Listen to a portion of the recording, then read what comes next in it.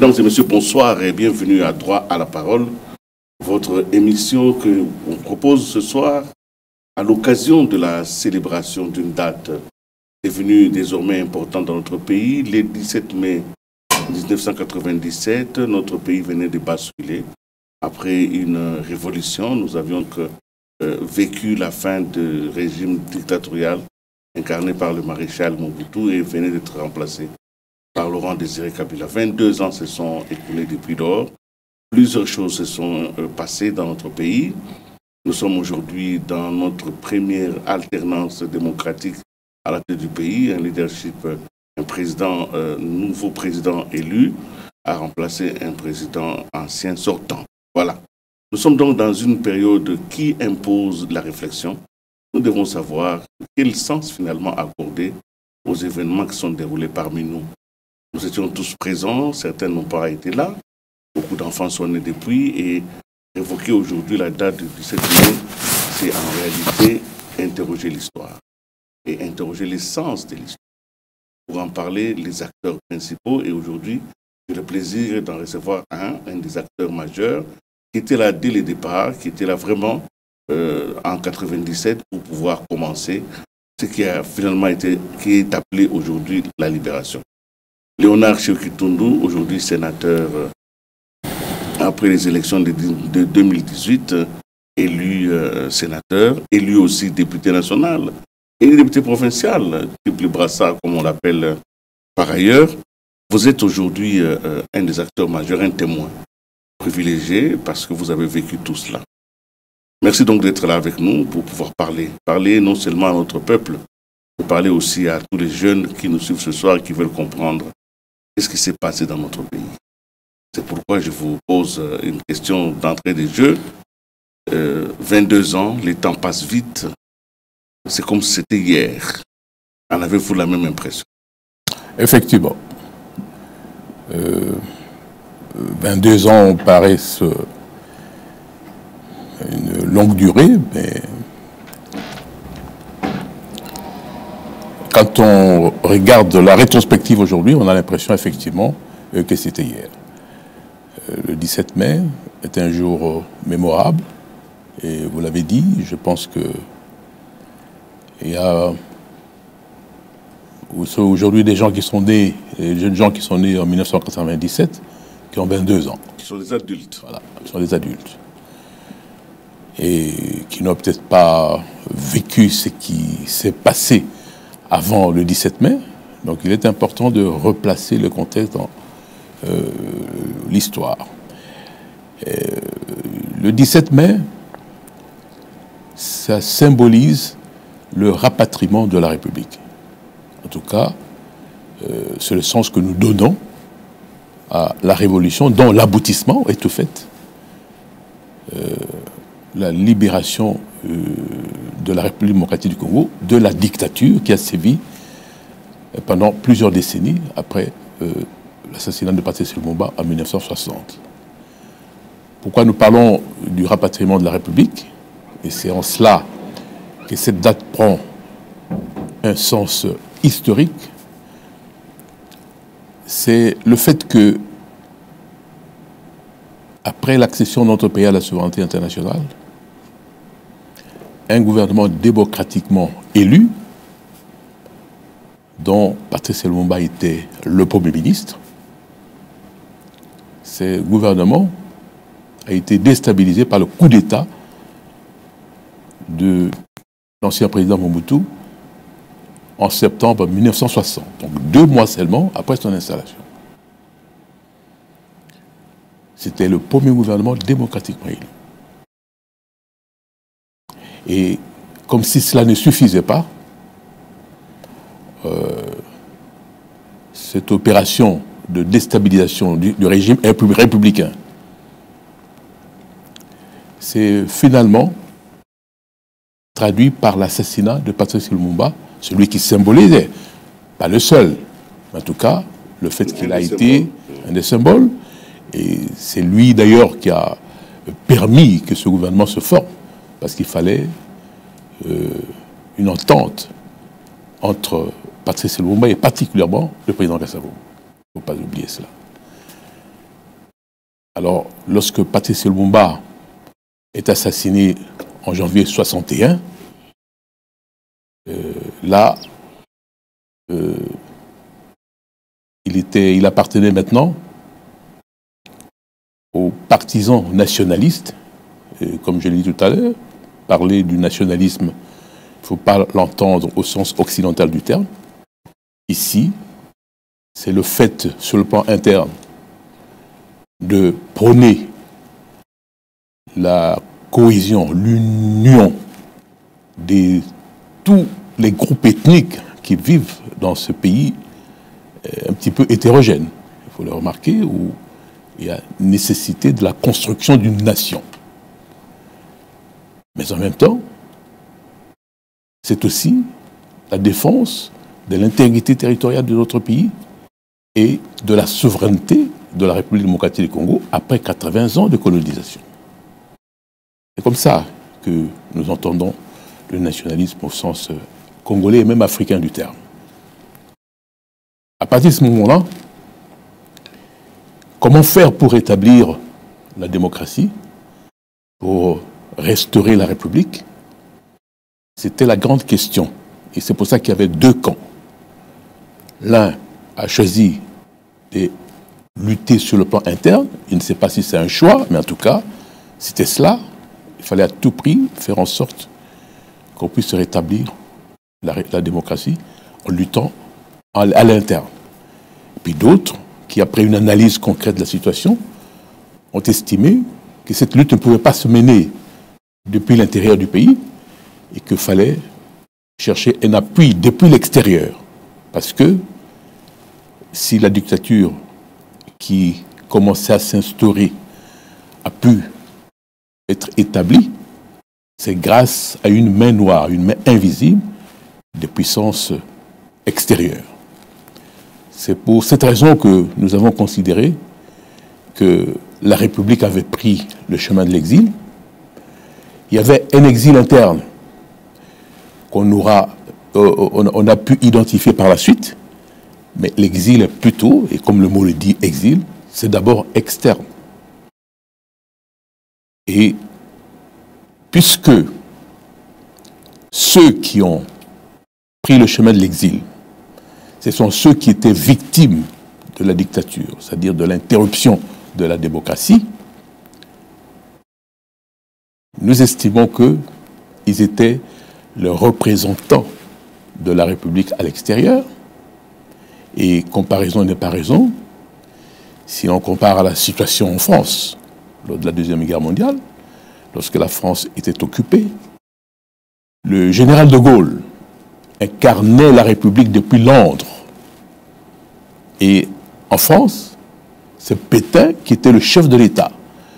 Donc, ce qui est resté en France, c'est l'État français, mais la République, dans les valeurs qu'elle incarne, a pris le chemin de l'exil et était incarnée par le général de Gaulle qui parlait depuis Londres.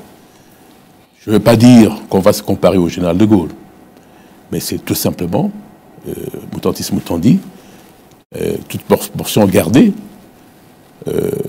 expliquer aux nouvelles générations le sens même du combat que nous avons mené ou que le père de l'indépendance de l'époque avait mené, et surtout ceux qui ont dû être écartés de la gestion du pays par la dictature qui a commencé en septembre 1960.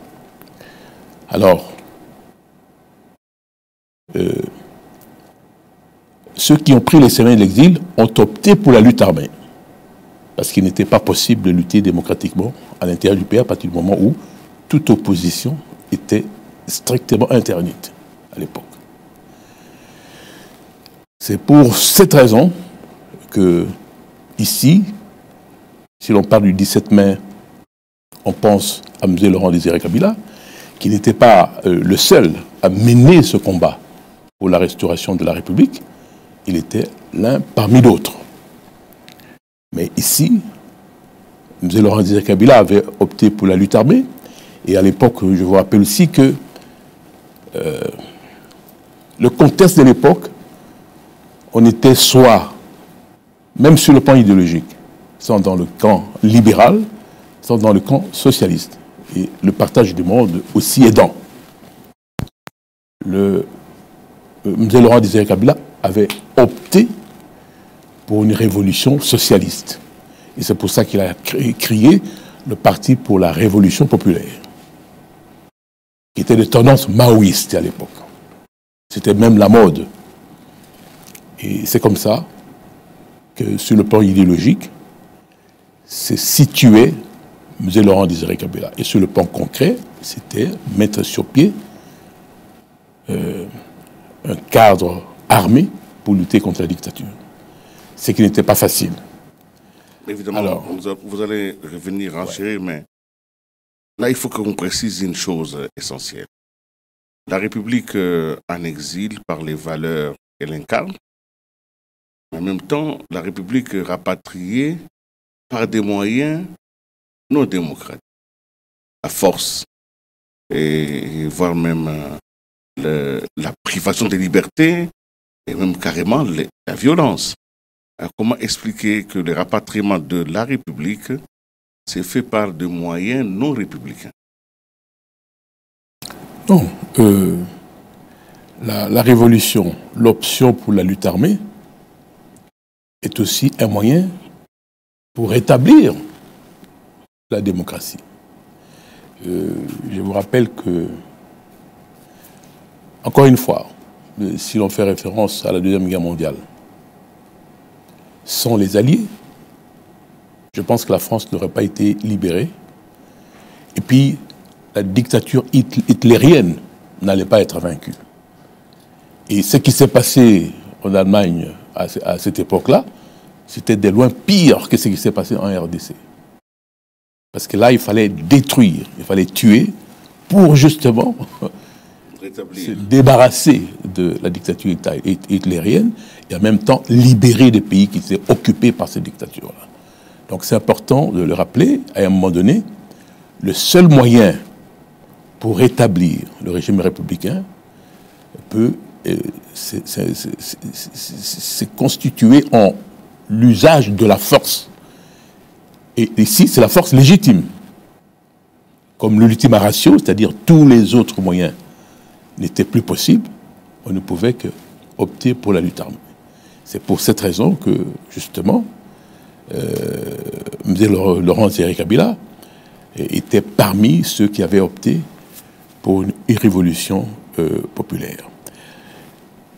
Pour cela, je ne voudrais pas ici faire croire que c'était le seul à mener cette lutte. Non, plusieurs nationalistes avaient mené cette lutte. Mais M. Laurent Désiré Kabila avait cette particularité, et nous qui étions à l'exil, là, il y avait aussi deux camps, ceux qui luttaient par la mobilisation de l'opinion internationale à travers l'organisation des conférences, la communication, et en utilisant aussi la presse internationale. Tous les moyens de pression possibles pour qu'on comprenne qu'en République démocratique du Congo, il y a un régime qui était anti-républicain et qu'il fallait à tout prix rétablir la démocratie. Mais il y en a d'autres et qui ont carrément, c'est là que se situe M. Laurent Kabila, a voulu carrément lutter par la voie militaire. Alors, pour nous autres, c'est cette jonction entre ceux qui luttaient par la mobilisation de l'opinion internationale et ceux qui ont opté pour la lutte armée. Et M. Laurent Désiré Kabila, d'ailleurs, l'avantage qu'il avait sur les autres, c'est qu'on estimait qu'il ne suffit pas simplement de militer par l'organisation des conférences, il fallait avoir aussi un pied à l'intérieur de la République démocratique du Congo pour justifier votre lutte, parce qu'autrement, vous allez prêcher dans le désert. C'est là que M. Laurent Désiré avait cet avantage-là. Et moi, personnellement, la première fois que je l'ai vu, c'était à la conférence de Rotterdam, lors de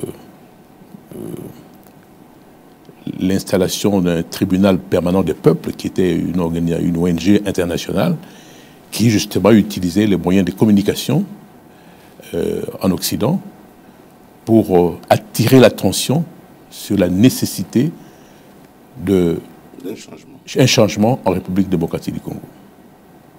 C'est là que je l'ai connu, il était venu en tant que témoin. Pour la petite histoire, vous vous rencontrez et qu'est-ce que vous vous dites? Alors, M. Laurent Kabila, comme j'étais très actif avec d'autres camarades en Suisse et même en Europe dans l'organisation des conférences de sensibilisation, lui, il m'a vu à travers la télévision. Il avait déjà... Il me suivait, voilà, okay, avec les autres. Et quand je l'ai rencontré, je n'étais pas un inconnu pour lui.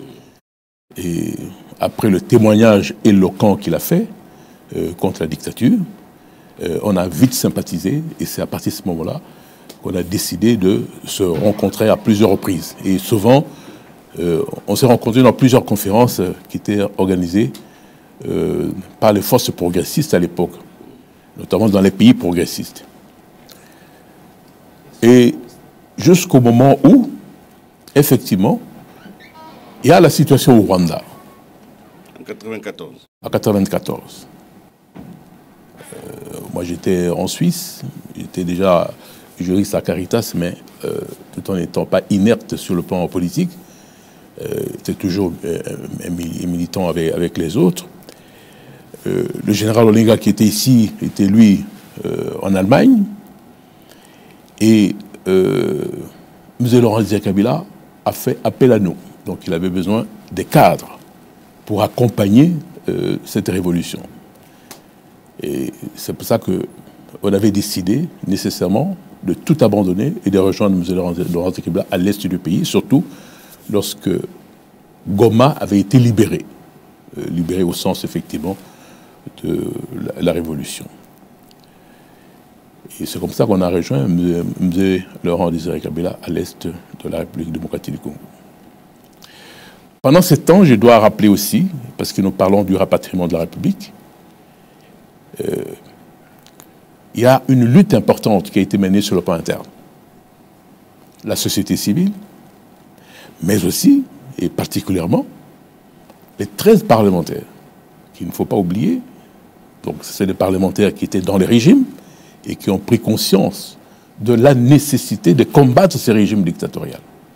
Ça, il ne faut pas. Donc, ce sont des gens qui ont bravé la dictature, qui ont pris des risques incalculables. Mais vu de l'extérieur, ceux qui avaient opté pour la lutte armée et qui ne voulaient pas aussi faire la distinction entre le régime en place et les dissidents de ces régimes. Parce qu'on estimait que c'était un règlement de compte interne et qu'il ne fallait pas prendre en considération. On a mis longtemps avant de reconnaître la légitimité du combat qui a été mené à l'interne. C'est pour ça que quand il y avait la conférence nationale souveraine, beaucoup de gens, même à l'extérieur, ont accepté de revenir, rejoindre d'autres compatriotes qui étaient dans cette conférence. Il y avait des radicaux, des jusqu'au-boutistes qui ne voulaient absolument pas tout, dont M. Laurent Kabila, qui ne faisait pas confiance. Parce que pour M. Laurent Kabila, cette conférence nationale souveraine était nécessairement contrôlée ou manipulée par le président Mobutu lui-même. C'est pour ça qu'on a refusé de revenir. L'autre aspect important qu'il faut rappeler, c'est que pour mener une lutte armée contre la dictature, il fallait disposer d'une base arrière. Et particulièrement dans un pays limitrophe. Regardez par exemple la même chose en ce qui concerne l'Angola ou le Mozambique, ou même la lutte contre l'apartheid en Afrique du Sud. L'ANC a bénéficié de l'appui de la ligne de front, donc tous les autres pays. Donc dans la révolution, il est difficile de mener la révolution seule, parce qu'on ne vit pas dans une île, on vit dans la concert de nations. Par conséquent, il faut bénéficier de l'appui d'autres pays. Et c'est pour cette raison que nous avons tenté de bénéficier de l'appui des pays limitrophes. Mais à un moment donné, lorsque le président Mobutu s'est rendu compte qu'il y a des pays limitrophes qui commençaient à nous accorder non seulement l'asile, mais en même temps un appui concret pour lutter contre la dictature, à partir de ce moment-là, il a menacé de représailles les pays limitrophes. Si bien que, finalement, il y a eu comme un modus vivendi. Malgré le fait que beaucoup de ces pays étaient d'obédience socialiste à l'époque, le régime congolais d'essence plutôt capitaliste, il y a eu un modus vivendi pour que, à l'époque, rappelez-vous aussi, ce n'était pas des régimes multipartites. C'était des partis-États. Voilà, partis-États de gauche ou de droite. Mais malgré ça, malgré la divergence sur le plan idéologique, ces pays ont pu, pour leurs propres intérêts respectifs, s'entendre sur un modus vivendi qui empêchait chaque pays de héberger les opposants de l'autre. Donc, mener la révolution depuis les pays limitrophes était devenu une gageure. C'était pratiquement impossible. Et d'ailleurs, tous ces pays ont dû chasser les nationalistes congolais et qui ont trouvé asile, soit particulièrement en Europe occidentale ou aux États-Unis. C'est pour cette raison que la boucle était bouclée, c'était difficile de mener une base arrière. Jusqu'au moment où il y a eu cette brèche après les génocides commis au Rwanda. Et le fait que le FPR, les Interahamwe et les ex-FAR ont dû fuir et trouver refuge en République démocratique du Congo. Alors, la complicité entre le régime congolais et le régime qui venait d'être déchu, et aussi le fait que les Interahamwe et les ex-FAR avaient trouvé refuge chez nous, pour le Rwanda, c'était encore un danger périlleux qu'il fallait nécessairement écarter ces dangers. Et le meilleur moyen, c'était justement d'aider ceux qui pouvaient renverser la dictature du président Mobutu. Et c'est là qu'intervient le génie de M. Laurent Désiré Kabila, qui a estimé que c'était le moment rêvé pour justement venir à bout de la dictature. Et c'est comme ça qu'avec tous ces régimes qui sont nés après la chute d'autres pouvoirs en place, en Ouganda, avec Amin Dada, Mitono Boté et tout ça, ensuite au Rwanda avec Abiyarimana plutôt, au Burundi, et la même chose, il y avait toute ce qu'on a appelé une jeune génération de dirigeants et qui voulaient effectivement reconstruire l'Afrique. M. Laurent Désiré Kabila a pu être contacté par le régime rwandais de l'époque parce que nous avions un ennemi commun. Nous voulions rétablir la démocratie dans notre pays. Et pour rétablir la démocratie, il fallait venir à bout de la dictature. Le régime rwandais voulait éviter un danger, c'est-à-dire un nouveau génocide à partir de la République démocratique du Congo, vu le refuge accordé aux Interahamwe et aux ex-FAR. Donc, il y avait une conjonction d'intérêts contre un ennemi commun, la dictature. Voilà l'accord qui a été conclu entre M. Laurent Désiré Kabila et le FPR dirigé par le président Kagame. Et il y a eu beaucoup d'interprétations là-dessus, les accords de l'Émirat. Il y a beaucoup de choses à dire sur la question. Effectivement, monnayé une partie du territoire contre... revendu une partie du territoire rwandais. Ce qui est complètement faux. Il y avait conjonction d'intérêts, mais non pas identité d'intérêts. Mais alors, monsieur le sénateur... c'est cette brèche-là ouverte. C'était l'occasion rêvée parce que nous cherchions un pays limitrophe pour une base arrière. C'est là l'essence de l'entente que nous avons eue avec le régime rwandais pour rétablir la démocratie. Revenons au principe majeur de cette émission, le rapatriement de la République, l'arrivée de nouveaux acteurs, le départ du maréchal. En même temps, vous avez dit qu'il y avait ce qu'on a appelé l'exil interne, donc les relégations, etc., l'opposition interne et l'opposition extérieure. Pourquoi objectivement, après toutes ces années, pourquoi la jonction idéologique ne s'est pas faite? Pourquoi à l'époque, parce que cette opposition était incarnée par Étienne Tshisekedi, ici au pays, avec d'autres compagnons, et Laurent Désiré Kabila arrive, pourquoi les deux, qui avaient quand même un même objectif, finalement, pourquoi il n'y a pas eu mariage entre les deux, à votre avis? Ouais, qu'est-ce qui a milité à la distanciation et pratiquement finalement à l'animosité et au reniement? Alors, là encore une fois, c'est la jonction entre la lutte à l'interne et le combat mené depuis l'extérieur. Parce que, comme vous l'avez remarqué, parfois, l'AFDL était à l'époque l'alliance que nous avons conclue pour venir à bout de la dictature. Des fois, entrait dans certaines provinces sans coup férir, c'est-à-dire sans combat. Et ça, c'est comment expliquer cela? C'est justement l'affaiblissement de la dictature par la lutte aussi menée à l'interne.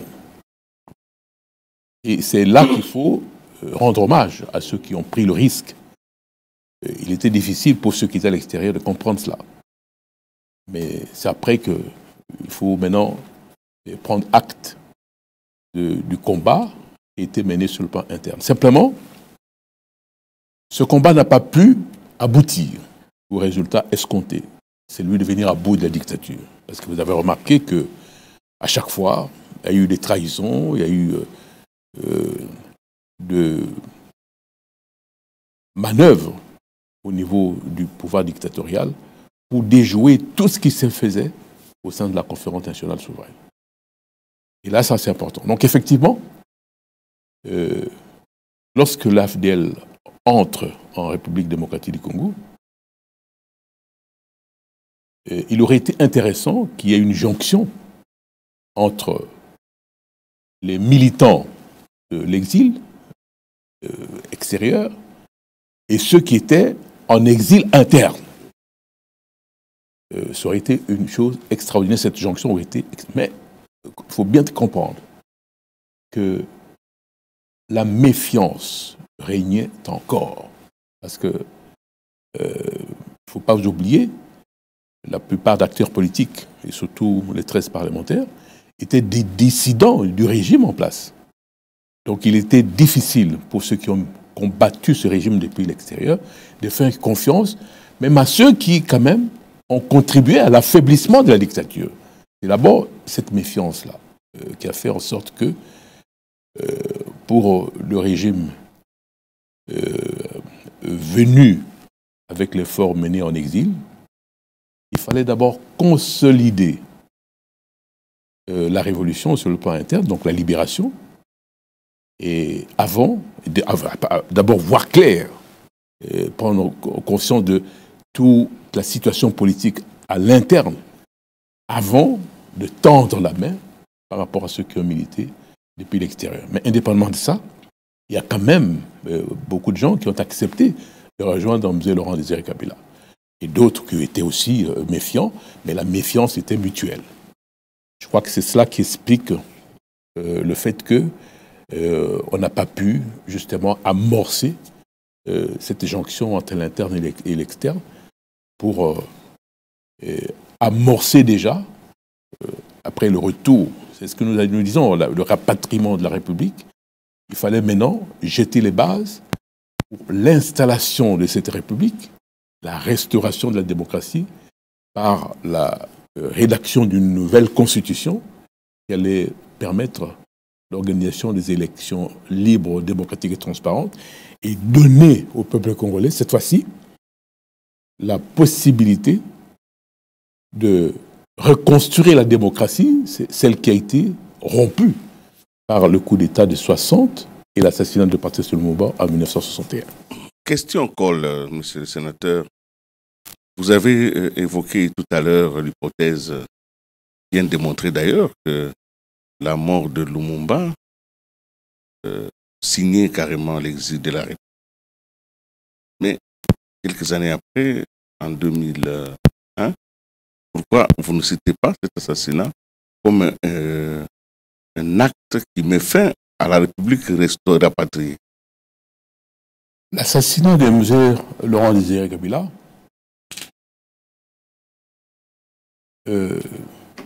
n'a pas contrarié outre mesure le rapatriement de la République. Et ça, il faut bien comprendre cela.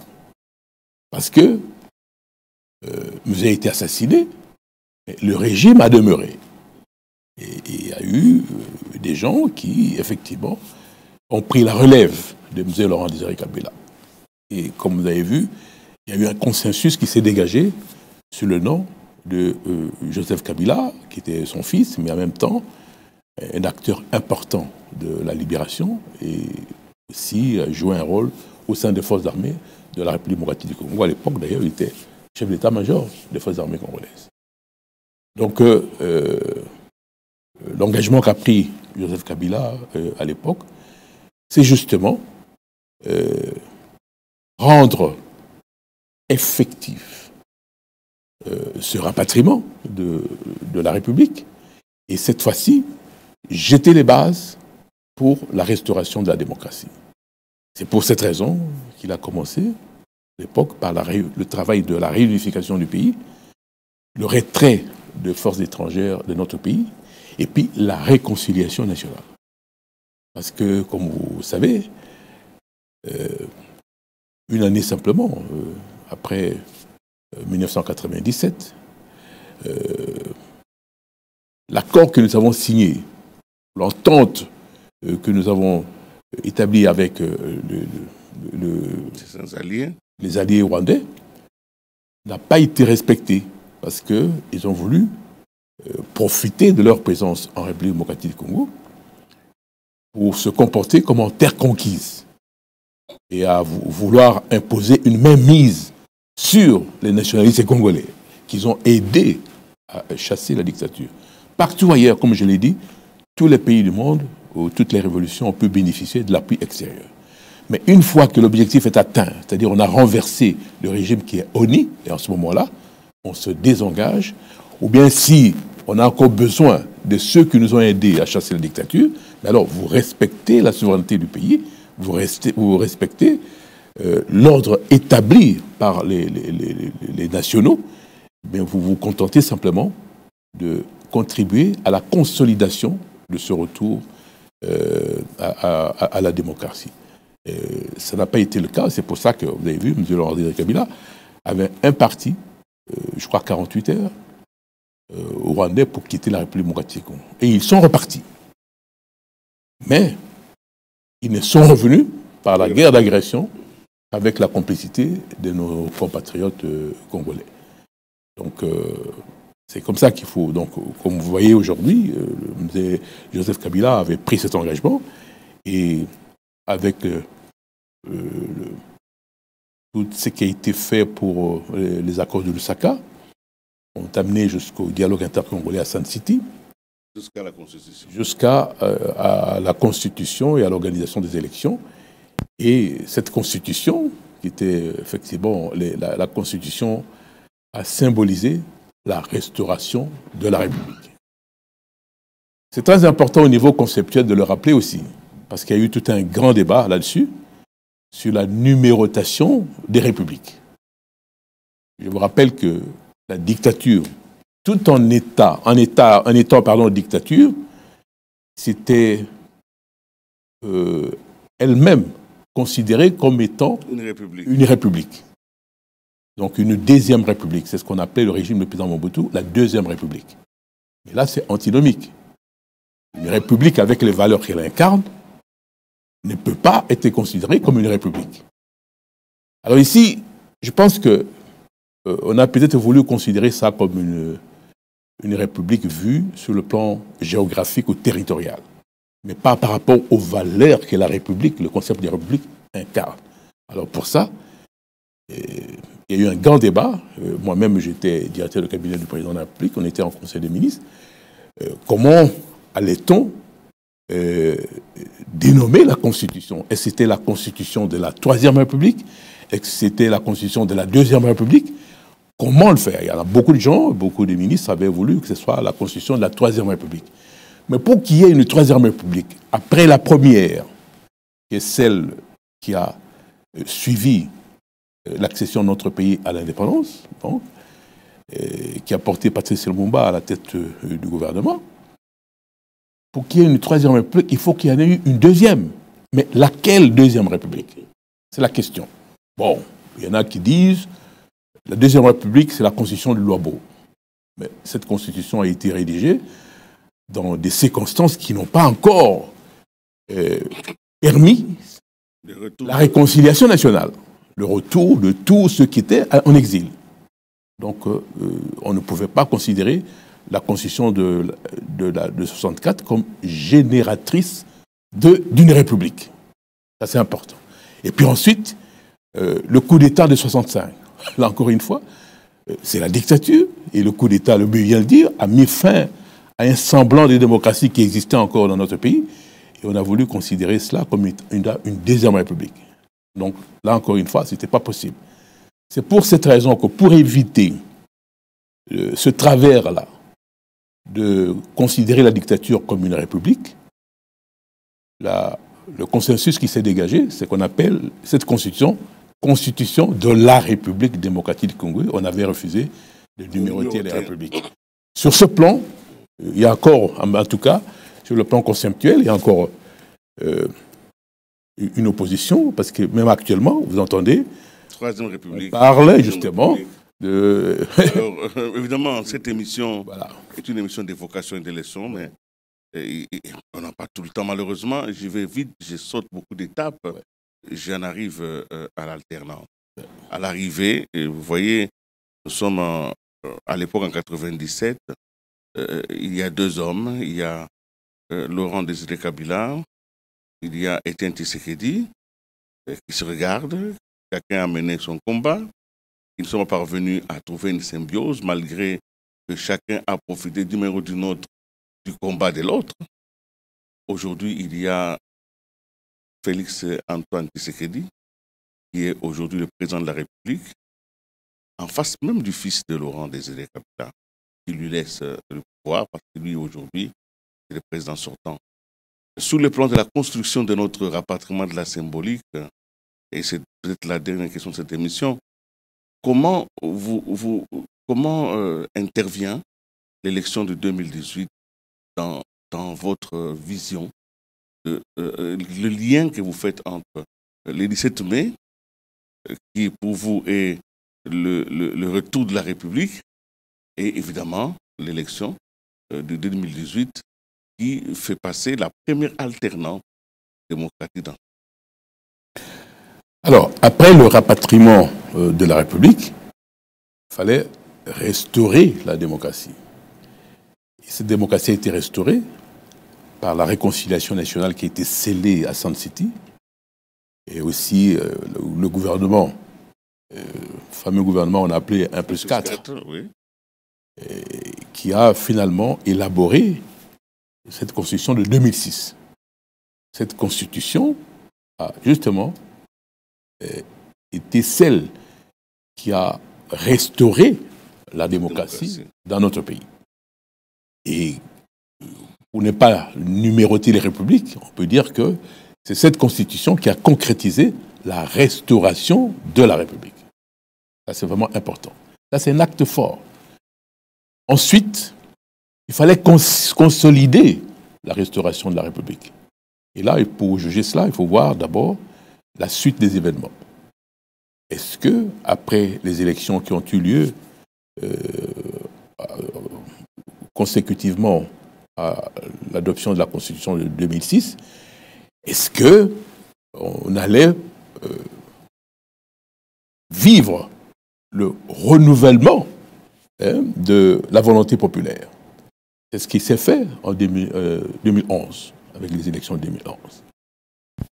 Et là, c'est le président élu en 2006 qui a été réélu en 2011. Or, la Constitution ne lui accordait que 2 mandats. ce qu'attendait maintenant l'opinion sur le plan national ou même international, c'est la fameuse alternance. L'alternance est justement là la consolidation, la restauration, non seulement de la démocratie, mais du régime républicain. Et c'est cette passation de pouvoir entre un président sortant et un président entrant élu est justement l'acte fort qui consolide la démocratie dans notre pays et qui, effectivement, renforce aussi le régime républicain en République démocratique du Congo. Et ce que nous attendons maintenant, vous allez voir, c'est on attend la désignation du Premier ministre et en même temps la formation du gouvernement. La finalisation de l'installation de l'Assemblée nationale et du Sénat pour que toutes les institutions qui collaborent, coopèrent pour le fonctionnement du régime démocratique puisse fonctionner normalement.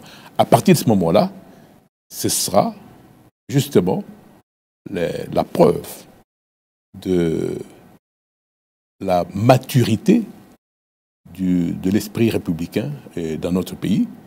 Et là, il faut accorder crédit au président sortant.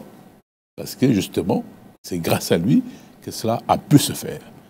Et c'est pour ça que, franchement, il faut rendre hommage au président sortant et en même temps féliciter le président entrant parce que, et cela est un autre élément important, le président entrant n'a pas disposé d'une majorité parlementaire. Et le président sortant reste le chef ou le patron de la majorité parlementaire parce que sa famille politique a pu l'emporter sur le plan législatif. À la fois pour les assemblées provinciales, mais aussi au niveau du Parlement, c'est-à-dire l'Assemblée nationale et le Sénat. Et c'est ce qui amène à la coalition entre les deux camps qui ont gagné ces élections, l'un l'élection présidentielle et l'autre la majorité au Parlement. C'est aussi un élément important de notre démocratie parce que la passation de pouvoir entre le président sortant et le président entrant effectuée dans l'obligation d'une collaboration entre deux familles politiques importantes. C'est-à-dire que aucune de ces deux camps, sur le plan, dans le cadre du paysage politique, n'a pu disposer et de la majorité présidentielle et de la majorité parlementaire. Donc les deux familles politiques sont dans l'obligation de collaborer dans l'intérêt du pays et dans le respect de la Constitution. Ça, tout aussi, l'opinion nationale et internationale nous attend au tournant pour juger notre capacité, justement, à collaborer dans l'esprit de la Constitution pour préserver la consolidation de la démocratie et du régime républicain dans notre pays. En tout cas, sénateur Cheikh Toundou, je dois vous remercier, mais je ne peux vous dire de partir qu'après vous avoir posé une dernière question. Il est vrai qu'on nous attend. La République est là. Les institutions s'installent de plus en plus. Quel est, à votre avis, aujourd'hui, ce qui menace l'esprit républicain? Qu'est-ce qui menace cette démocratie? Où se trouveraient aujourd'hui les dangers? Vous avez quand même fait le parcours du combattant. Vous êtes un témoin privilégié. Sans pour autant donner conseil aux autorités, vous pouvez au moins émettre votre point de vue. Quelle est la menace principale qui pèserait aujourd'hui sur cette démocratie restaurée dans une république rapatriée? C'est d'abord le respect de la parole donnée. Parce qu'actuellement, nous sommes dans une coalition et cette entente doit être préservée. D'abord, sur le plan politique, mais en même temps, le respect de la Constitution de la République démocratique du Congo. Je crois que c'est vraiment très important. Et d'ailleurs, la présidente de l'Assemblée nationale l'a bien rappelé. Il faut comprendre que nous aurons un Premier ministre qui sera issu de la majorité parlementaire et d'une famille politique et qui va nécessairement collaborer avec un président de la République qui est d'une autre famille politique, mais qui lui-même est conscient du contexte dans lequel nous nous trouvons et refuse d'ailleurs que nous vivions en cohabitation, parce que sur d'autres régimes, on aurait pu opter pour la cohabitation. Ici, l'esprit qui se dégage, cette entente entre les deux familles politiques, se conçoit dans une coalition. Et cette coalition nécessite effectivement qu'on respecte la parole donnée, qu'on respecte l'accord conclu sur le plan politique, mais aussi les termes de la loi fondamentale, c'est-à-dire la Constitution de la République démocratique du Congo. À partir de ce moment-là, effectivement, nous allons d'abord vivre une stabilité politique et pour cette législature, et cette stabilité politique aussi rassure, et c'est important de le rappeler, les investisseurs étrangers dont on a besoin pour le développement de ce pays, la création des richesses, la transformation de nos ressources sur le plan interne et aussi la création d'emplois. L'emploi aujourd'hui qui est recherché par tout le monde, je crois que c'est la première des revendications, parce que c'est le travail qui rend autonome. Et là, le sous-emploi dans notre pays, dans un pays aussi important, disposant de ressources, est vraiment un défi auquel les autorités actuelles sont confrontées et que nous devrions absolument affronter et nécessairement trouver une solution pour le bien-être de notre population. Merci d'avoir accompli votre devoir patriotique, d'avoir restitué pour nos téléspectateurs l'intérêt majeur de la commémoration de cette date. Je rappelle très bien, c'est une date pour les sénateurs Chokitundu et nous pensons que nous pouvons porter nous-mêmes aussi cette compréhension. C'était le retour de la République. Cette République qui ne peut avoir un sens que si elle amène au progrès. Le progrès qui ne peut aussi se construire que dans la paix. C'est comme ça que nous vous souhaitons tous bonne fête et nous espérons que cette paix va être protégée par nos forces de sécurité de l'armée, parce que c'est aussi une journée où nous célébrons les hommes en uniforme. Les soldats inconnus qui a été aujourd'hui honoré, c'est en réalité chacun de nous qui est le soldat de son propre peuple. Mesdames et messieurs, merci d'avoir été avec nous à droit à la parole. Nous espérons vous retrouver la prochaine fois dans notre programme. D'ici là, portez-vous bien.